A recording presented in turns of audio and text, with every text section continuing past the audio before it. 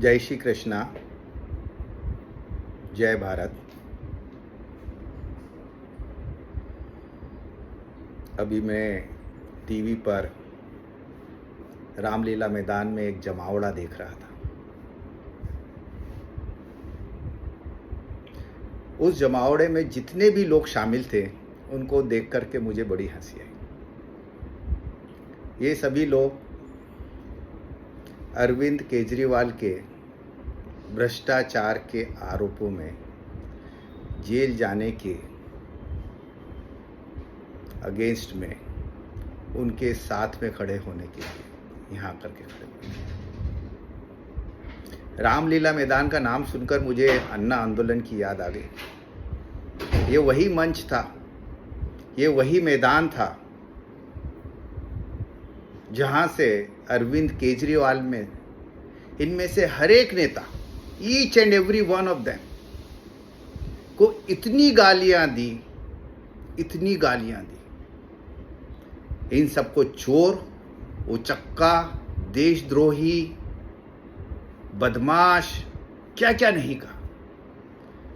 जिस किसी भी शब्द का वो प्रयोग, गलत शब्दों का प्रयोग इन हर एक नेता के लिए, वो भले ही कांग्रेस हो, वो भले ही मुलायम सिंह की पार्टी समाजवादी पार्टी हो, भले ही आरजेडी हो, भले ही अकालीज हो, भले ही कोई सी भी पार्टी हो, शरद यादव हो, शरद पवार हो, डीएमके हो, टीएमसी हो, अंधा आंदोलन के दौरान इसी रामलीला मैदान से अरविंद केजरीवाल ने इनको जी भर के गालियां दी थी। और देखिए, समय का चक्र, जब समय की मार पड़ती है, जब समय कुठाराघात करता है, ये सब चोर इकट्ठे होकर के आज, क्योंकि अरविंद केजरीवाल खुद चोर बन गए, ये सब चोर इकट्ठे होकर, जिनको अरविंद केजरीवाल ने चोर कहा था, एक मंच पर इकट्ठे होकर आज अरविंद केजरीवाल के समर्थन में खड़े हुए। इससे बड़ी और हास्यास्पद बात क्या हो सकती है। मोदी जी का डंडा, भ्रष्टाचार के खिलाफ मोदी जी की मुहिम, इन सब भ्रष्टाचारियों को, इन सब देशद्रोहियों को एक मंच पर लेकर के आ गई है आज। मेरा देश की जनता से आह्वान है कि इन लोगों की बातों में न आए। एक आदमी जो निस्वार्थ भाव से इस देश की सेवा कर रहा है, एक आदमी जो अपने परिवार को छोड़ करके, अपना सब कुछ त्याग करके 18 घंटे रोजाना काम करके आपकी और हमारी सेवा में लगा हुआ है, ये आज ये भ्रष्टाचारी, ये परिवारवादी, एक पार्टी को मैं समझता था आज तक कि वो शायद परिवारवादी नहीं है, अरविंद केजरीवाल की, पर मैं पिछले कुछ दिनों से देख रहा हूं कि उनकी श्रीमती जी भी रोजाना मीडिया में छा रही हैं, आज भी मंच पर बैठी हुई थी। तो आज जो एक पार्टी थोड़ी बहुत अछूती थी परिवारवाद से, आज वो भी उस कुनबे वाली पार्टियों में शामिल हो गई। तो ये जितनी भी कुनबे वाली पार्टियां हैं, वो समाजवादी हो, आरजेडी हो, महबूबा मुफ्ती की पार्टी हो, अब्दुल्ला की पार्टी हो, कांग्रेस हो, जो भी कोई पार्टी हो, ये जो भी परिवारवादी पार्टियां हैं, जो इस देश को तोड़ने में लगी हुई हैं, आपका हमारा शोषण करने में लगी हुई हैं, हमें इनकी बातों में बिल्कुल भी गुमराह होने की जरूरत नहीं है। मैं तो बोलता हूं, हमको मोदी जी का पूरा साथ देना चाहिए। मोदी जी, आप आगे बढ़ो, इन भ्रष्टाचारियों के अगेंस्ट आप जितनी एक्शन ले सकते हो उतनी एक्शन लो। जेल जाने का डर आज इन सबको एक मंच पर ले आया है। भाई, आपने यदि भ्रष्टाचार नहीं किया, आपने कोई गलत काम नहीं किया, तो आप क्यों डर रहे हो? आपको क्यों ईडी और सीबीआई का डर सता रहा है?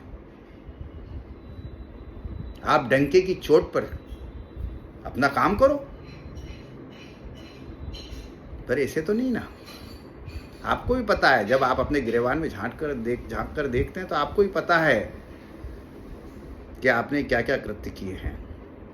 आपको ऐसे ईडी और सीबीआई से डर नहीं लगता। आप कितने ही एक मंच पे खड़े हो जाएं, इस देश की जनता अब आपको समझ चुकी है।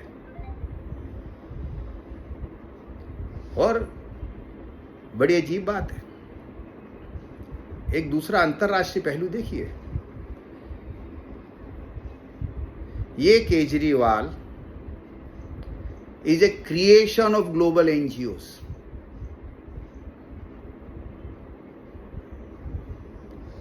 He is an activist who has been promoted by these global NGOs. And these NGOs like Ford Foundation who are funded by CIA. किसी से छिपा हुआ नहीं है, ये सब उनकी पपेट्स हैं। आज आप सोचिए, लालू जी भी जेल गए थे, तब तो कोई हल्ला गुल्ला नहीं हुआ। सोरेन जी अभी थोड़े दिन पहले जेल गए, कोई हल्ला गुल्ला नहीं हुआ। पता था हमने भ्रष्टाचार किया है, चारा घोटाला किया है, कोयला घोटाला किया है, चुपचाप चले गए अपनी किसी ने अपनी श्रीमती को चीफ मिनिस्टर बना दिया, नहीं किसी ने अपने रिश्तेदार को बना दिया। पर सोचने वाली बात है कि केजरीवाल के जेल जाते से ही जर्मनी से आवाज उठी, यूएसए से आवाज उठी, यूएन से आवाज उठी, जितने भी ये अर्बन नक्सल्स हैं सब इकट्ठे हो गए। क्यों? जितनी भी देश विरोधी, देशद्रोही शक्तियां हैं सब एक साथ आ गई। एक छोटे से राज्य का चीफ मिनिस्टर, उसके लिए यूएसए को क्यों तकलीफ होने लगी, जर्मनी को क्यों तकलीफ होने? समझिए, ये 2024 का इलेक्शन मोदी जी को हराने के लिए देश विदेश की हजारों ताकतें लगी हुई हैं, आपको और हमको संभल के रहना है। तो भाइयों और बहनों, मेरे प्रिय भारतवासियों, समय आ गया है, आपको घरों से बाहर निकल के वोट डालना है, इस देश के लिए वोट डालना है। यदि इस देश को बचाना है तो आपको आगे बढ़ करके आकर के मोदी जी के हाथ मजबूत करने पड़ेंगे।